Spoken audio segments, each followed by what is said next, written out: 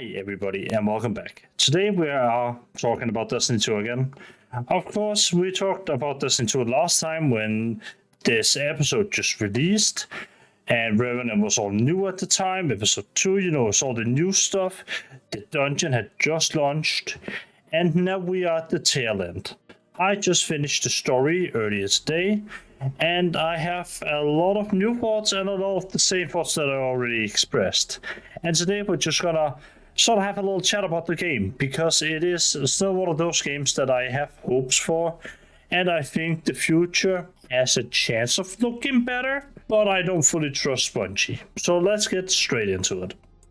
To start off with, Destiny 2 Episode 2 of Revenant is all about Vickrell, the Scorn leader who got revived in Forsaken after Aldrin made a wish with the Wish Dragon.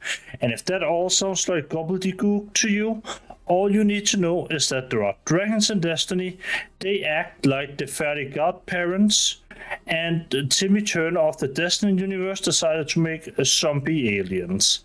That's about as simple as it gets. Now, he is back. And in this episode, we sort of tackle his storyline. There are some complications that makes it more interesting. Vickrell was in the Forsaken expansion, one of the best expansions of all time in Destiny, and at an absolute high point for the game. He was also tackled with the Mindbender and all of these other sort of crazy characters that we tackled in that story, and they all come back at certain points in the story. It is all great. A lot of the quote-unquote heavy hitter villains, from Forsaken at least. And the thing about Episode 2 Revenant is that in Revenant we had a lot of pretty bad quest design. And the pretty bad quest design has not let up. And what I mean by pretty bad quest design is that we had a lot of go here, talk to this NPC, just to turn around, walk 2 other meters to talk to the next NPC. Act 2 was over in less time than Act 1, which is impressive considering the fact that Act 1 took an hour to complete. I think Act 2 took me 45 minutes. And Act 3 even less if you didn't consider the fact that they had to run the same mission like twice. Actually, I think it's 3 times in total, which is incredibly depressing because the new exotic quest for Slayer's Fang is not the best in the world. It's not bad at all. It's completely serviceable for what it is. And that's overall a good thing. However, because of the overexposure that you are forced to endure through the story, meaning that you have to complete it 3 times to even complete the story, it can feel like it's a little bit much, as if Bungie are kind of forcing it down your throat, which they do have a tendency to do with these missions. There is no reality where that was a good choice, and it's very clear to me at least that it was probably also a way to save on development time. Because, of course, if you just force people into the same borderline, same mission, like 3 times in a row, it takes less time than if you had to develop an entirely new mission. That being said, if I have to not criticize it too much, I think the mission itself was pretty cool. I think the Other Realm mechanic, while not being used in a nice way at all, in my opinion, I think it's an interesting thing. And it's something that I hope I can see them continue to work with, because I think the realm swap mechanic was pretty fucking cool. And I think this Fang is a cool exotic in theory. I don't think it has a place in my current loadout. The way I play just don't cater towards a weapons which main benefit is true sight and that it shoots funkily. Maybe in Crucible, I'm not sure. I don't play a lot of PvP. But the fact of the matter is, and the thing with this mission is that it was overall pretty good. I have to say that I'm majorly disappointed that all of the bosses basically throughout the entire missions are reused Forsaken bosses, and maybe most players won't really realize that because a lot of players started after they started to content sunset. So like things like Forsaken just didn't exist for most players. But as somebody who played through Forsaken, yeah, I feel like that was a bit of a rip. It was a not good experience to see all of those honestly kind of cool bosses being brought back and just done worse. And I think that is like overall my take on the mission. It's like nothing special. It's just another Destiny 2 mission. And I think that goes for most of the content as well. I think there's been a lot of critique on tonics, and I think that is really stupid. I think the tonic system actually is pretty good. The tonic system, if you don't know, is the potion creation system in Destiny that allows you to create a potion with whatever effect, and then using that potion will then grant you that effect for a better time. It is not a system that you need to interact with, but it is a nice AFK system that you can use while you're playing something else. I like it in theory. The implementation of it is kinder. I think there's a lot of ingredients and a lot of different potions, maybe even too many. A lot of them, to me at least, seems to do the same thing, which is a bit of a shame because a system like that actually does have some pretty valuable things. If you remember back to a game like The Witcher 3, if you played it, there are these times where you're preparing before a fight. You create your oils, you put them on the sword to make sure that you maximize against the defenses against that boss or like the monsters you're killing.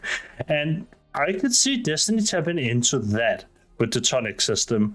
That would have been fucking cool. Unfortunately, what we got was a dumbed down ass version of focusing. What we got was essentially just a system that allowed you to focus on a weapon for a while playing some other activity, which is fine. It doesn't necessarily need to be more than that. But it's annoying to see a system that clearly has the potential to be so much more than that, and then it isn't that much more. And I think that's just really unfortunate, and it's something that we've seen a lot of times, right? And on top of that, there's been the feedback about craftables. And I think I am in the vast minority here, because it seems like most players want craftables back.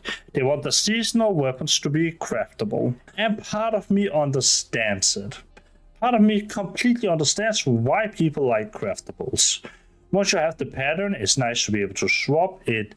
Makes it more convenient, you can swap around your perks and everything like that.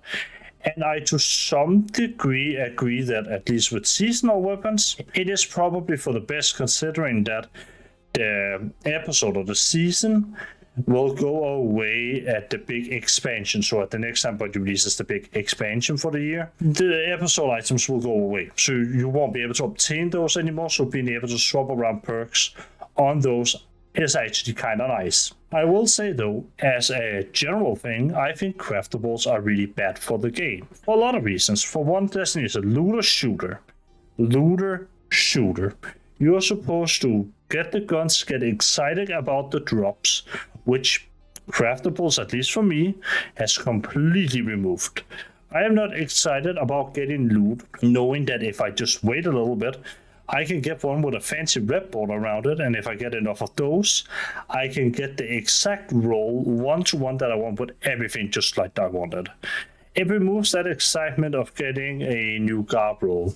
I have found myself doing it in last season as an example, or last episode. If I got a red border as an example of the rocket sidearm, which was really good, well, I'll just claim the red border and dismantle it. Even if I got a garb roll, I'll just dismantle the gun, because the gun didn't really matter. What mattered was that red border around it. And I think overall, that's a bit of a shame. I think the game loses a lot of value there.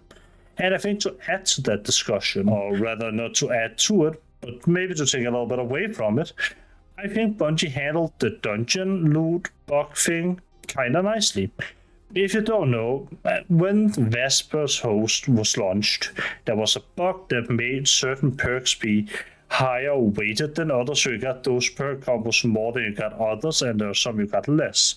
You got the good one less than you got the bad ones, as an example. Now, I think it was a great thing that Bungie listened to the community, and they fixed that. My issue is the way that they fixed it was by quite literally just giving the garb roll away of the best weapon in the game. The reason why I think this is a dumb idea is not because I have one myself, because I didn't. I didn't even have a semi-good one. But what it essentially did was create an environment where, at least for me, a lot of my friends dropped off the face of the earth from grinding that dungeon.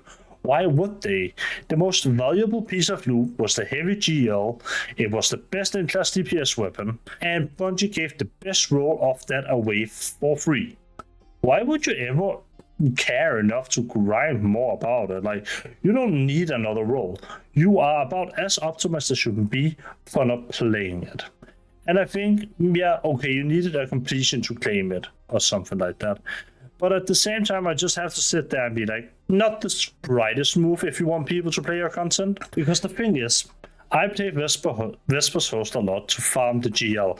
I wanted a good role so I could do more damage, so I could feel more included in the next dungeon race, right? But if I can just wait a little bit and get that free, why the fuck would I play the dungeon?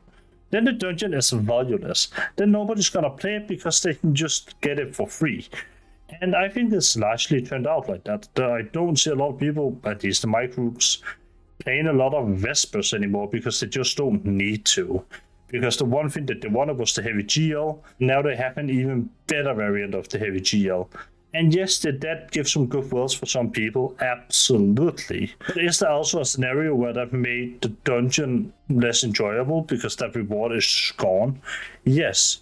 It doesn't make sense. They added double loot afterwards. It's like, great, that would have been awesome while I was grinding the actual fucking heavy GL. That's sort of my take on it. I think it was completely the wrong thing to do because, like I said, it takes away from the dungeon. Overall, though, I think this episode's main issue for me hasn't been any of this. It has been, like I mentioned earlier, the quest design. You see, a lot of the quest design in this episode was go to Ido, talk, go to the Holo Projector, talk, go back to Ido and talk some more, go back to the Holo Projector and talk some more, go back to Ido and talk some more, go out, do 5 minutes of patrol, go back and do the same thing. Look, that is not fun. That is not good design. That is terrible design. And what I mean by terrible design is just that the NPC is standing right next to the fucking bench where you go and talk to the same NPC, but this time through a bench. Like, come on. Just don't do that. Like, having quests that are done in like an hour for an entire act is just too little for what it's worth. I think on top of the 2 seasonal activities being really bad, it's just like not really worth a whole lot. Like, the first seasonal activity you launched is fucking Onslaught. We already had Onslaught. Like, great, you gave it an update, but you did it the wrong way. You didn't include the shiny guns, which are the main reason why you play Onslaught. However, then they released Tomb of Elders, and I was actually really excited for Tomb of Elders because, you know, Prison of Elders was great. They released Tomb of Elders, and it is not that great. It is kind of just another fucking episodic activity. Not a seasonal activity, whatever you want to call them. It's just boring, man. That's like the main thing, right? Because, like, I've seen all of this being done before. I've seen it been done better by Bungie. And just doing the same thing that you've done before, but worse, just as whatever. At the end of the day, like, it was fine. I guess it was playable, but it didn't give me the motivation to play at all. So I haven't. And I think that really ends up covering my thoughts on Revenant. And if you are staying around for the last bit, I just wanted to say a couple of big things from me. A personal announcement is, 1, thank you so much for reaching over 100 subscribers. Honestly, never thought I'd be here. That is pretty insane to me. Pretty wild stuff. And 2, I am looking into getting a new microphone. I have heard it. I am looking at it. The main thing is that it needs to be transported and I need the money for it. I'm still a student. Mics are expensive. And also, Merry Christmas and, you know, happy holidays and also Happy New Year's. I haven't been home. A lot of the videos that I've released are pre-recorded. So thank you so much for, you know, everything, and it's also why I haven't been able to thank you, you know, like this before. And thank you so much for all the support. I genuinely really appreciate it, and I will catch you all later. I hope you all enjoy this video, and bye.